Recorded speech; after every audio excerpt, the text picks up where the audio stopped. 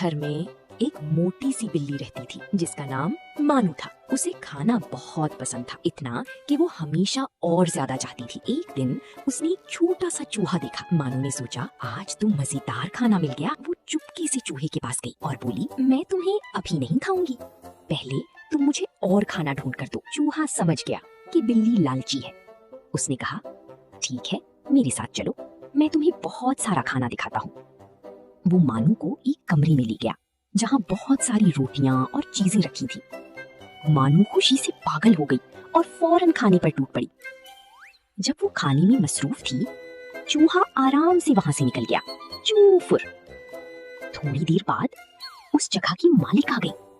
उन्होंने देखा कि मानू सारा खाना खराब कर रही है। उन्होंने फौरन मानू को पकड़ लिया। अब मानू को अपनी गलती का एहसास हुआ, मगर बहुत देर हो चुकी थी।